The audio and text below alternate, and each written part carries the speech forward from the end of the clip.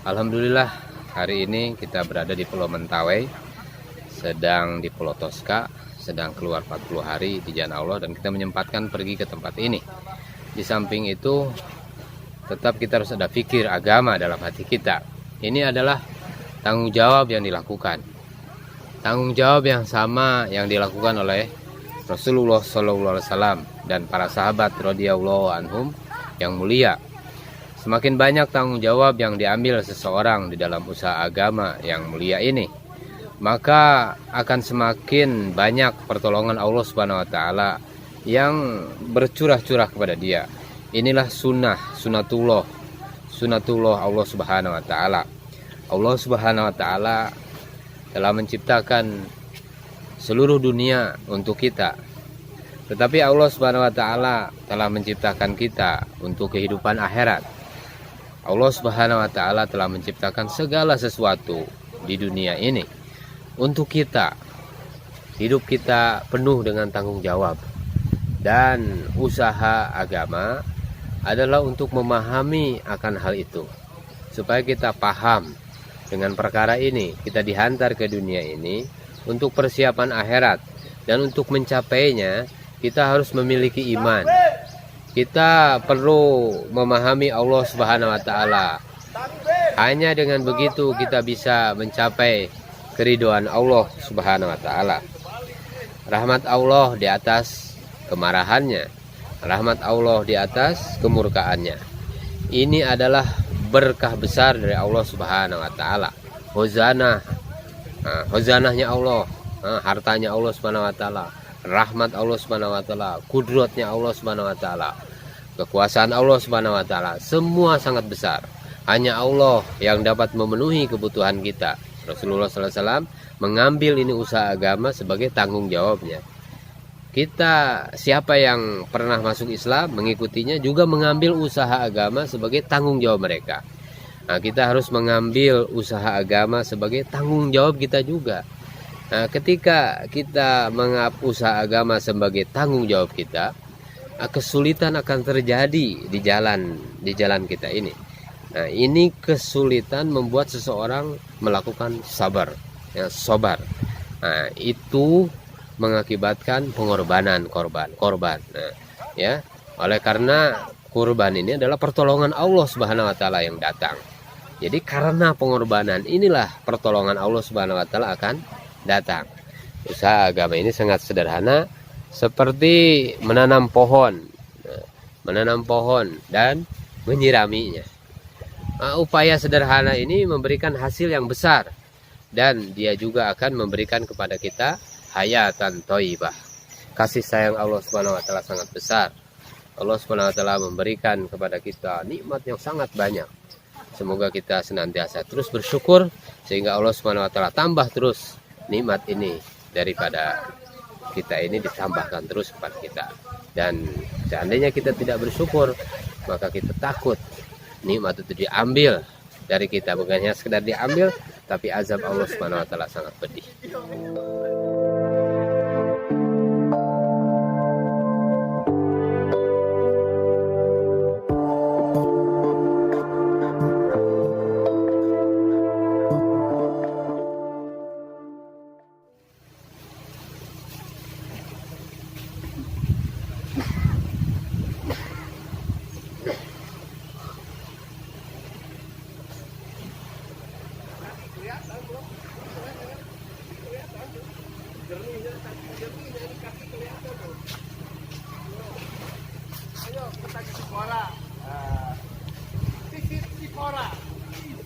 Nahmaduhu wa nusalli wa nusallimu ala rasulihil karim. Amma ba'du. Hadirin muliakan Allah. Allah Subhanahu wa taala menyukai hambanya yang mendengarkan pembicaraan tentang agama. Ayat-ayat Al-Quran yang memberikan kabar gembira kepada mereka yang mendengarkan dengan cermat pembicaraan tentang perkara iman. Alladzina yastami'una qaula.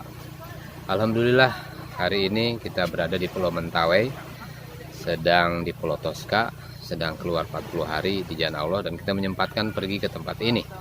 Di samping itu, tetap kita harus ada fikir agama dalam hati kita. Ini adalah tanggung jawab yang dilakukan. tanggung jawab yang sama yang dilakukan oleh Rasulullah SAW dan para sahabat radhiyallahu anhum yang mulia.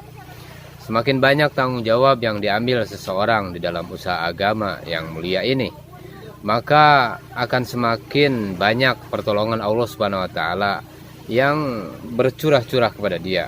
Inilah sunatullah Allah Subhanahu wa taala. Allah Subhanahu wa taala telah menciptakan seluruh dunia untuk kita. Tetapi Allah Subhanahu wa taala telah menciptakan kita untuk kehidupan akhirat. Allah Subhanahu wa taala telah menciptakan segala sesuatu di dunia ini untuk kita, selaku manusia. Tetapi segala sesuatu di dunia ini hanya sementara. Sementara di kehidupan akhirat segalanya adalah permanen, tanpa batas. Dan kita dibuat untuk itu, dibuat untuk kehidupan akhirat yang tiada batas. Setiap orang memasuki dunia sebagai penumpang. Tidak ada yang tinggal di sini selama-lamanya. Setiap saat dalam kehidupan kita melangkah lebih dekat ke akhirat. Tetapi manusia telah melupakan fakta ini. Dia melupakan Allah Subhanahu wa taala, melupakan alam akhirat. Inilah alasan dibalik malapetaka yang menimpa kita sekarang. Rasulullah SAW menjelaskan siapa yang cerdas dan siapa yang bodoh. Yang cerdas adalah yang menguasai kehidupannya dan mempersiapkan kehidupan yang tidak terbatas nanti di akhirat. Sedangkan orang yang bodoh adalah orang yang mengikuti nafsunya, yang menaruh harapan palsu kepada Allah Subhanahu wa taala. Harapan-harapannya itu akan hilang. Rasulullah SAW menceritakan dua berkah besar yang diabaikan oleh kebanyakan orang. Itulah yang pertama, kesehatan. Yang kedua, waktu luang. Kondisi manusia bisa berubah-ubah setiap saat. Tidak ada yang punya jaminan atas hal itu. Orang-orang sangat salah paham tentang hal itu. Itu adalah amanah yang bisa diambil kembali oleh Allah Subhanahu wa taala kapan saja, yaitu kesehatan, dan kedua, waktu luang. Hidup kita penuh dengan tanggung jawab, dan usaha agama adalah untuk memahami akan hal itu, supaya kita paham dengan perkara ini. Kita dihantar ke dunia ini untuk persiapan akhirat. Dan untuk mencapainya, kita harus memiliki iman. Kita perlu memahami Allah Subhanahu wa taala. Hanya dengan begitu kita bisa mencapai keridhaan Allah Subhanahu wa taala. Rahmat Allah di atas kemarahannya, rahmat Allah di atas kemurkaannya. Ini adalah berkah besar dari Allah Subhanahu wa taala. Hozanahnya Allah, hartanya Allah Subhanahu wa taala, rahmat Allah Subhanahu wa taala, kudratnya Allah Subhanahu wa taala, kekuasaan Allah Subhanahu wa taala, semua sangat besar. Hanya Allah yang dapat memenuhi kebutuhan kita. Jadi kita perlu berusaha yang terbaik untuk mendekatkan diri kita kepada Allah Subhanahu wa taala, dan untuk lebih dekat kepada Allah Subhanahu wa taala, dan terus berdoa kepada Allah Subhanahu wa taala, karena sesungguhnya semua doa kita pasti akan diterima oleh Allah Subhanahu wa taala. Jadi la ilaha illallah ini bukannya sebuah kata. Di balik setiap kata ini ada upaya. Selama seseorang memenuhi hak-hak syariat ini, itu akan menguntungkannya. Rasulullah SAW menyatakan mengambil usaha agama sebagai tanggung jawabnya. Rasulullah SAW mengambil ini usaha agama sebagai tanggung jawabnya. Kita, siapa yang pernah masuk Islam, mengikutinya, juga mengambil usaha agama sebagai tanggung jawab mereka. Nah, kita harus mengambil usaha agama sebagai tanggung jawab kita juga.